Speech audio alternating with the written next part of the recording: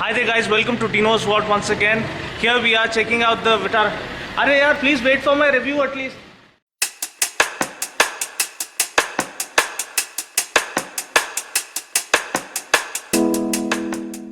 When the brand name reads as this and the car ends up looking like this, what is immediately apparent is that this thing is going to sell like crazy. No wonder people are not even waiting for the reviews to come out. They just simply cannot resist the temptation of buying this car because of its unbelievable pricing, jaw-dropping looks, and the bulletproof reliability that comes as standard with every Maruti Suzuki vehicle. The bookings are piling up, and the company claims they have received around 25,000 bookings within just 2 weeks of its launch. When we look around now, the average Indian car buyer has become more demanding and more knowledgeable than ever before. He needs all the goodies, all the bells and whistles, and all of this at an affordable price. Now, this is exactly what Maruti have managed to deliver with this car, and they have absolutely nailed it with the pricing.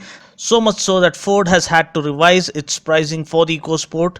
A well priced and well equipped car is always a thing to rejoice for us enthusiasts as well as the customers. So let's just dive straight into the review and see what makes the Brezza such a firecracker of a launch from Maruti.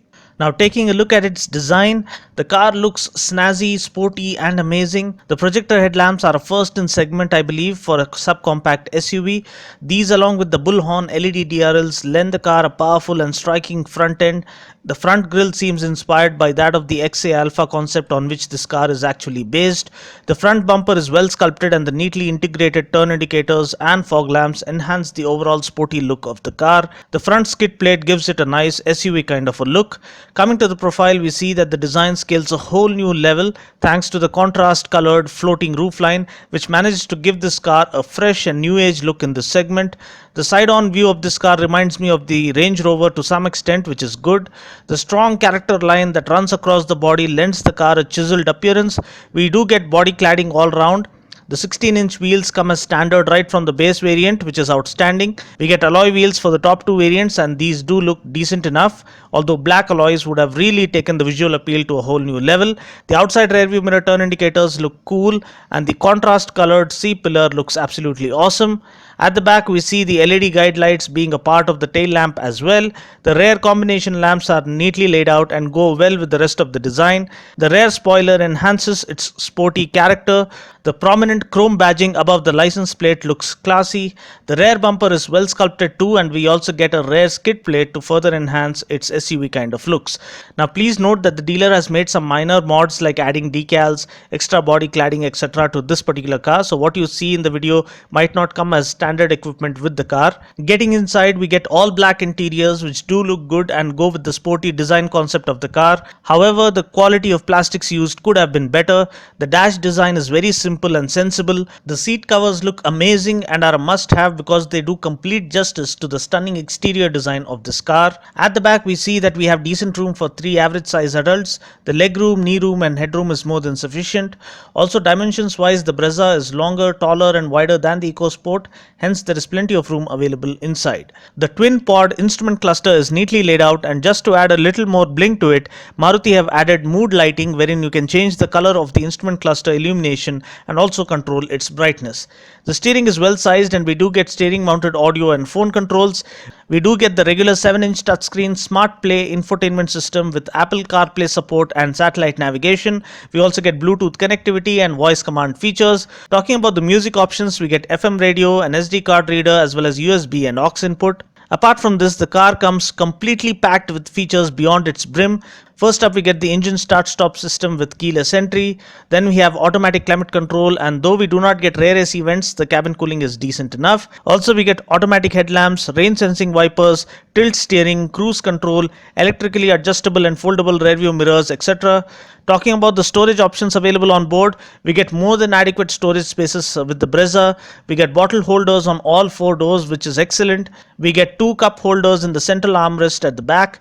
We get concealed storage underneath the front armrest. We get 2 glove boxes. The one beneath is the regular one and is quite spacious. The one on the top gets cooling, and you can store your cola cans in there. We also get a tray underneath the front passenger seat, which will always come in handy to store more stuff.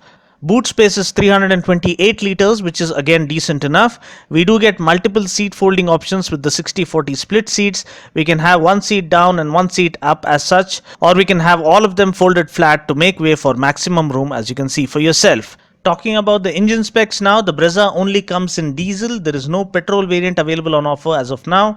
Powering the Brezza is the tried and tested 1.3 litre DDIS 200 engine that puts out a max power of 90 PS at 4000 RPM and 200 Newton meters of torque at 1750 RPM.